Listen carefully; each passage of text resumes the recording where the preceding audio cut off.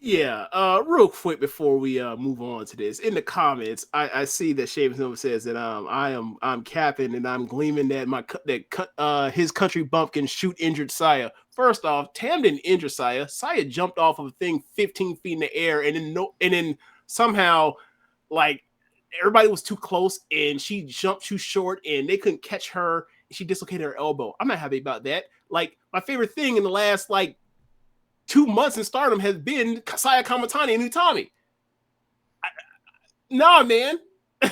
Anyway, I'm just to baffled. start off, I'm baffled someone got injured on a dive at all in Stardom. There's 20,000 motherfuckers around. I was like, how did this happen? I guess let's start there and then we'll go through the show. But because I because overall it was one of the best shows of the year. And like it bummed me out like the last 20 minutes of the show, 19 minutes of the show, because it was like they just went through like literally like 6 matches that you can consider great. And I was like, this thing is just cooking and humming. Now we're going to get to this. And they started breaking out the big spots and everything. And they get outside and they're out there for like 5 fucking minutes. And I'm just like, all right, Tam, I've seen enough of you having big matches when you go up to the ramp. There's some big spot off the ramp, like you do in every big match of late. Like you need to take some breaks between, right? So, and this is after immediately following like the Ano Julia match where they do the Shuri, where they do the Shuri and Julia spot where they do all a suplex off the ramp. Where I'm just like, okay, so like these two have both become a bit formulaic in their big match layout of late. So like I'm kind of just like, all right, so anyway, Kamatani gets up on the scaffolding or whatever else, and she goes for the big dive. And there's literally like May Sierra's out there, the new rookie that I don't know her name yet, Lady C, Mizumori, Momoko goes out there too. There probably two.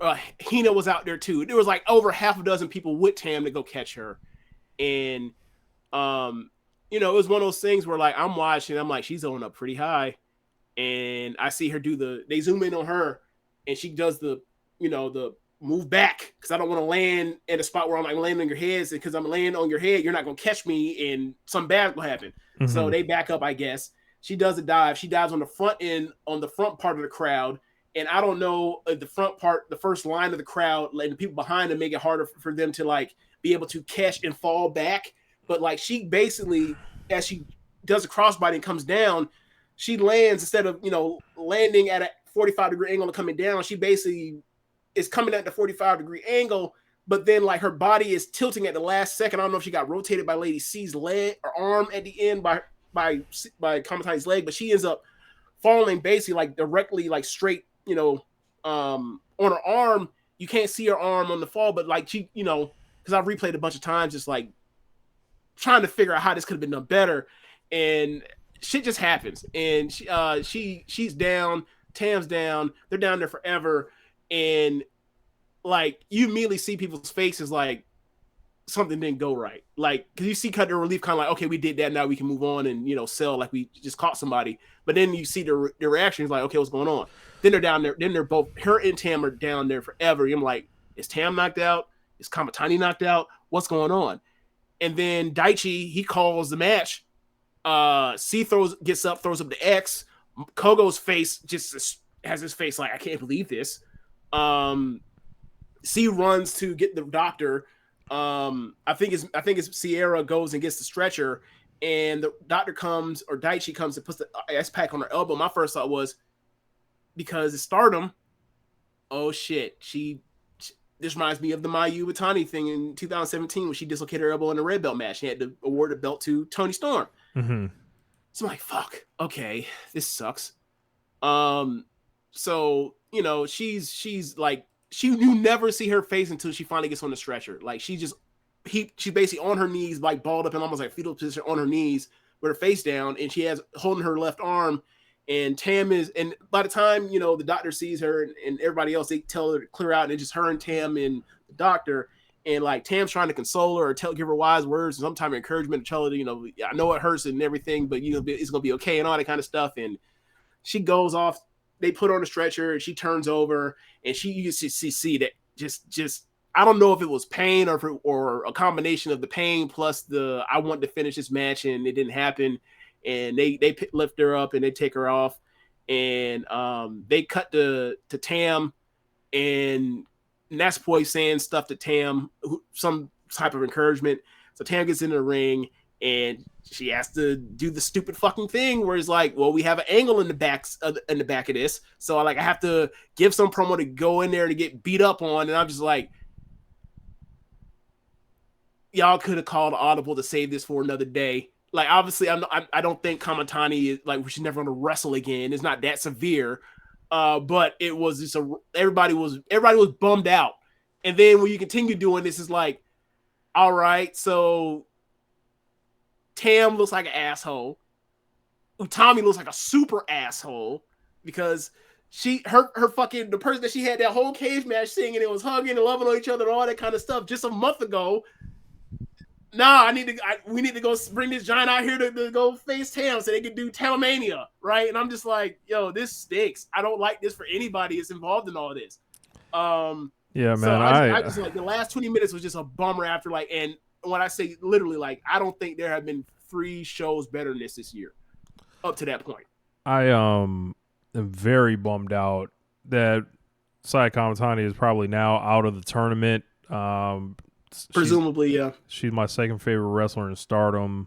She's stinks. And they didn't even really get to do much. They went probably 5 or 7 minutes, and then they went 8 minutes. Yeah, and it was just damaging. And you could just see the look on everyone's faces. That was like something has gone tragically wrong, and it rolls into that angle with none other than the Megasis showing up, and she comes out and they turn the lights off and then turn them back on and all that. She jumps on Tam's head, gives her some knees in the corner, brings her back out, and gives her the damn F5 or whatever. Yep. Looks pretty decent, but she's out there with Utami. She cuts the promo where she's talking slow, of course, because this is her first time in Japan, presumably, and it's Eddie Kingston brain. If you speak English very slowly, they will comprehend the part where it's in a different language. No, that's not how that works. That's never how that's ever worked. They might know 1 or 2 words, just like how when they speak in Japanese, you might understand 1 or 2 words, right? I am Megasis. I am strong. Tam, I want red belt match. They don't understand you either way. So the only people that, when we see it, that is us, we're like, why are you speaking like this? We know what you're doing. Wrestlers, stop doing this. Please. Please do. Please. Because it's I've never seen her talk before. I've only seen a picture of her before one time. Never seen her wrestle. So AEW Dark Legend. Say again? AEW Dark Legend. Yeah. So she says it. I'm just like, I know what she's doing. Also, you sound ridiculous. Please stop. Yeah. I don't think they were gonna basically push it back or anything, because that was gonna happen after the match. Whether it was an injury or not, flew the Megasis out, and Megasis, probably, there's probably a tight schedule here. You know what a tight schedule. Well, that is true. The next pay-per-view is the Osaka show. Bro, they're doing Osaka Indian Arena. Every single year when the G1 has that great show in the back half of the year. Yeah. It's always in Osaka Indian. So and presumably that's where the red belt match will be. I was gonna say, we got our red on here, me and you, James, to signify this red belt title match that's about to happen with Tam and it is not the Megasis. This is a coincidence. It's I remember everybody was saying how bad the Julia title reign was, man. I don't know about this. What's about to happen with this, man? This is about to be a carry job. What's going on here? Look, man, I don't know how good she is. People have She's vouched all for her. right. I don't know how She's all far she's right. vouching for. But regardless of how good she is or isn't, or if she's very good and whatever. So the whole cook up of that thing is going to be Tam selling in from underneath, or beating from that woman. She's going to fire back. It's not going to be too. I don't think it's going to be too dissimilar from the match she had in the Grand Prix last year with Risa Sarah. Obviously, Risa's probably better than her. That match is 4 1/4. But like, if you're going to, I don't know how this helps you draw. What's the point of this match?